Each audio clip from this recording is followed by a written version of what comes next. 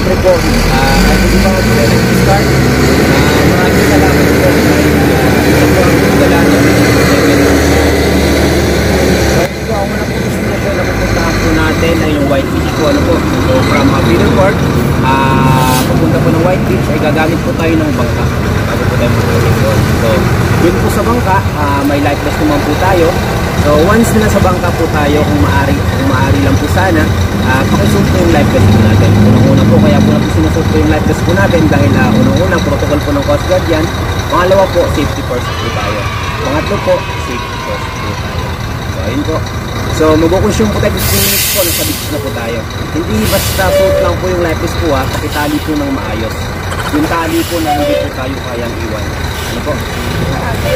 Tapos po, yung about naman po sa mga gadgets po natin, mga boss, for example, yung cellphone po natin, once na nasa bangka po tayo, kung maaari lang po sana, iwasan nyo kung ilagay po sa bulsa po nyo. Ito, once na umag po tayo sa bangka, may tendency kung malamang po nyo sa dagat. Kapay nyo siya, akala nyo nandiyan pa siya, pero wala na. Nahulog na sa iba.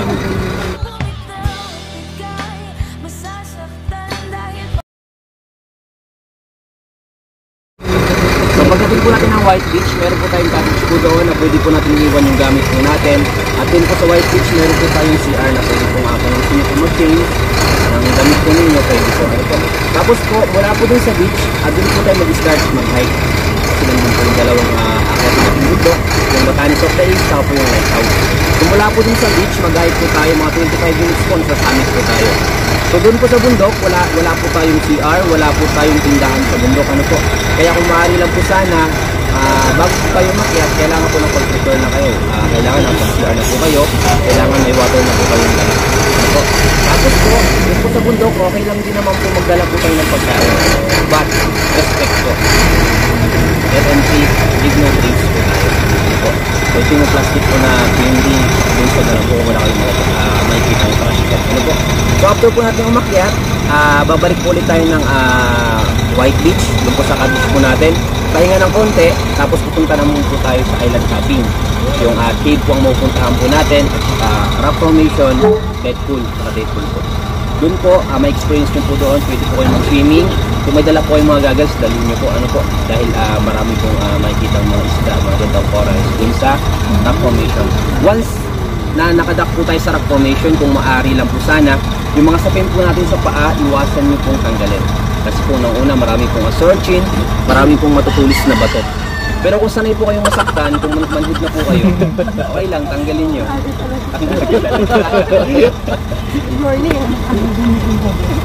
Tapos po, after po natin mag-island hopping, babalik po ulit tayo ng cottage natin sa White Beach po. Doon po tayo magla-lunch. Budol fight set po, ano po. So after po natin mag-lunch, babalik po ulit tayo ng Peter Port para po sumakay po ulit ng van po ninyo papunta naman po ng Tanawan Falls. So ayun po, nandito po sa inyong harapan ang magiging tour guide po ninyo sa buong maghapon po ito. Nakamukha ko po si Coco Martin. Gulat kayo, no? Kaso nga lang, napasma lang po. Tapos kahapon nabarang pa. Edgardo Tipon-Tipon po sa FB. Tawagin nyo lang po kung Kuya JR. JR po. So ayun po, nahiya man po kong sabihin sa inyo. Total tayo po magkakasama-sama sa buong maghapon pong ito. Ako po ay may lahing half Portugal, half Greece. Pag pinagsama, Putragis. So yun lang po mga boss. May katanungan po ba about 7? May katanungan po? Wala po. So pwede na po tayo mag-start, sir.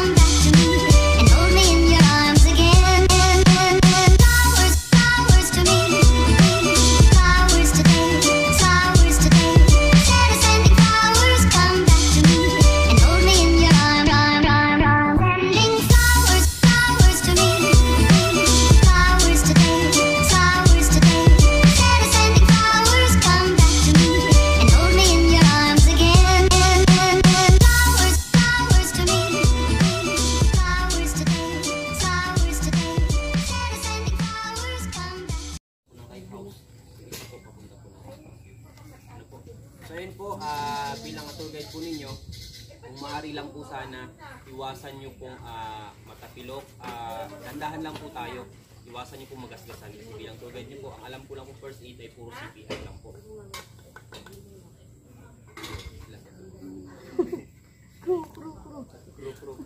So yun po. Kaya doktor naman po yung kasama ko. So yun po, start na po tayo. Ma'am. Da! Sige, dyan ka na lang. Kapag tuntukan ka pa eh.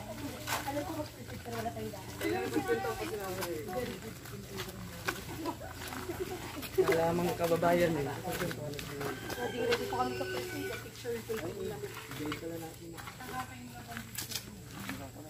Yun no, mountain climber ang datingan.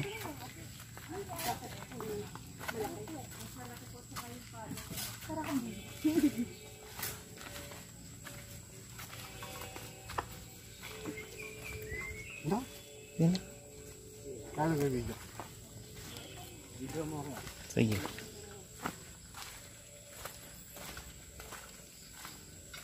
Gaano po katagal yung natin? 25 minutes. Lapit lang. Sumakay tayo ng bangka. Ah. Ay, video. Video ba yan? Video pala yan. Binibidyo ko si Kuya. So yun po, kanina po, sumakay tayo ng bangka, dumaan tayo sa dagat. Ito po ay isang uri po siya ng lamang dagat. Tingnan nyo po. Ano po ito? Dito. Kamay. Hindi, isang uri siya ng lamang dagat. Yung clue po nito, nauulam po siya. Tingnan nyo po. Pusit. Galing! Kaya lang. Ito ano? Boss, tingnan mo. Ito pusit, di ba? Ito ano naman to? Ito ay pusit, di ba? Ito ay ano to? Ano? Sumasayaw ng ano, baby shark. Hindi.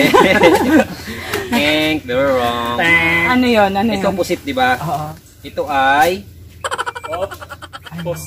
Naingay pa kasabi.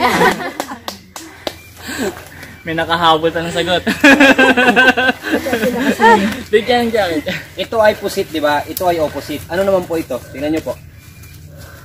Ano? Ito ay pusit. Ito ay opposite. Ano naman po ito? Puslit. Puslit pala. Hindi nyo po alam. Ano? Last one, tingnan nyo po yung kamay ko. Ano po ito? Ito ay pusit, ito ay opposite. Ano to? Hindi nyo po talaga alam. So, babalik ko na po. Hindi ko rin po kasi alam.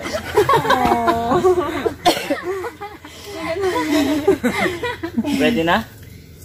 Go! Oh, Wala ba na?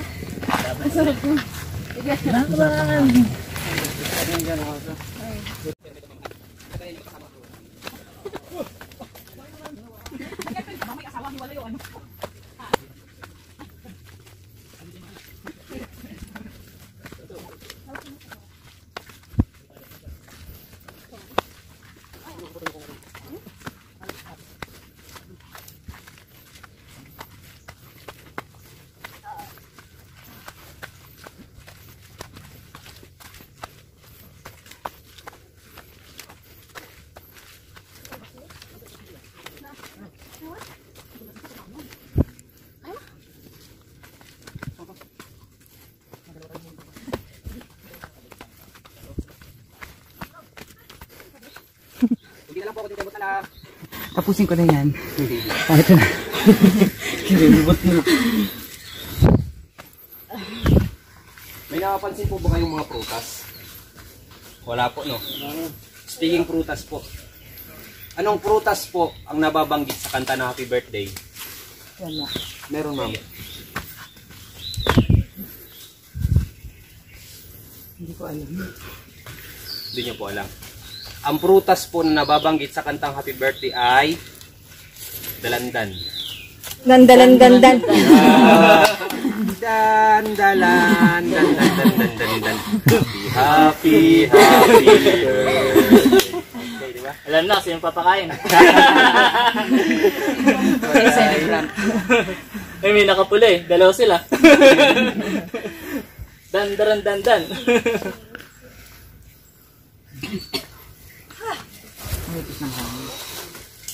Di ba po kanina po? Dumaan sa tamang shortcut. Di ba po kanina po? Nagsakay tayo ng bangka. Ito po, speaking isda po ulit ito. Di ba po yung isda sa dagat o sa tubig, basa po yan. Dahil nasa ilalim ng dagat, di ba? Pero mayroon pong isda na basang-basa. Ano po yung isda na basang-basa?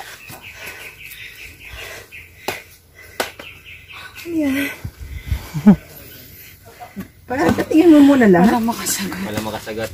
So, ang isda po na basang-basa ay... Hindi. Ang isda po na basang-basa ay... Hito. Dito pa rin. Hito, sir. Ay. Kasi ay... Eto ako. Basang-basa. Diba? Tawan mo kayo. Tatlong oras. Pagod din, di makatawa. Tagal pinag-isipan nun eh.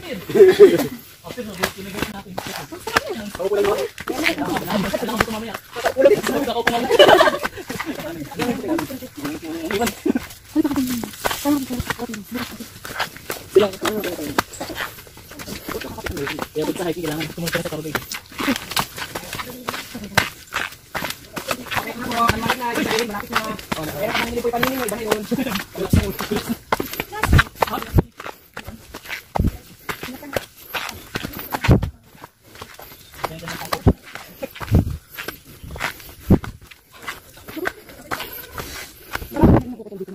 Ay, ma'am, kaya po yan, ma'am.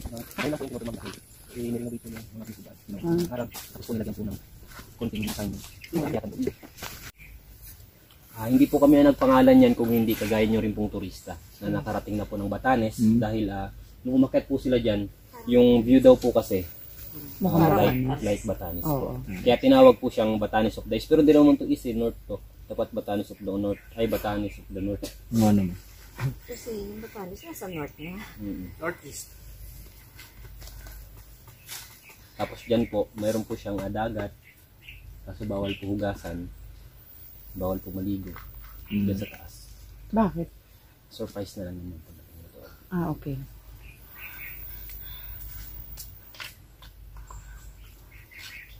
Buti tinapat niyo po ng weekdays. Ang set niyo dito kasi pag weekend, napakaraming tao. Hindi kayo mag-enjoy sa mga picture-picture na May nakaharang. may nakaharap. Hindi mo na ako yung sabi ko, pulis ka na dyan. Yung okay na, 1, 2, 3 na, may sumingit pa eh. May gawa ganun. Ang malapit to yun, naka-selfie pa.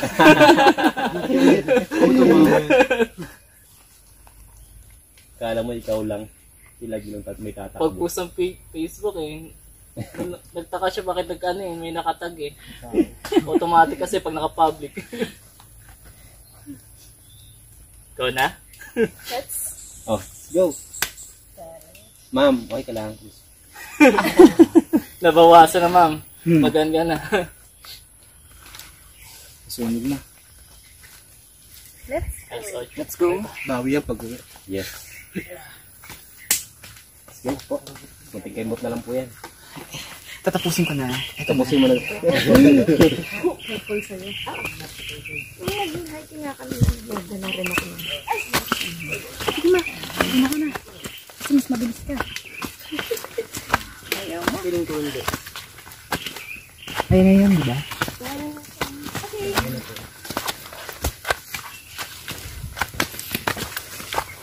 Dito tuyo na yung ano.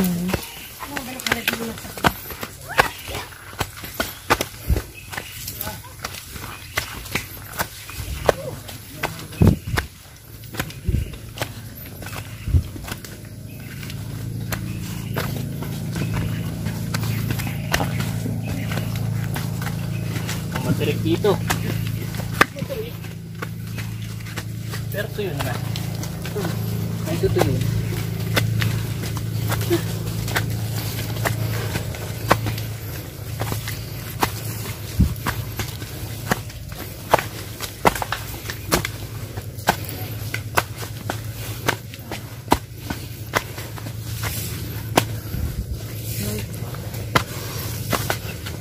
Ano siya? Muna ka na kasi. Oo nga, kaya inantay ko. Ganda! Ang mukha ko eh. Ang ganda! Nakarating mo rin! Eto na. Wow. Nakikita ko sa Facebook eh. Woo! Ganda.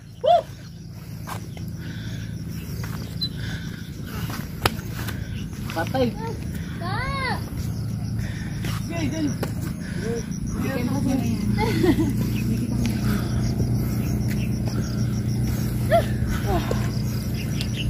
Doon pa? Wow!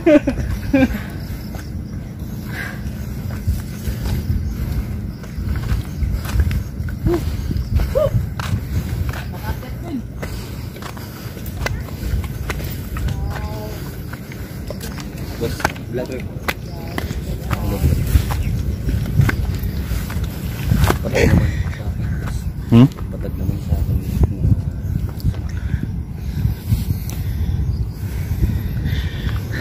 Ano to, mountain view?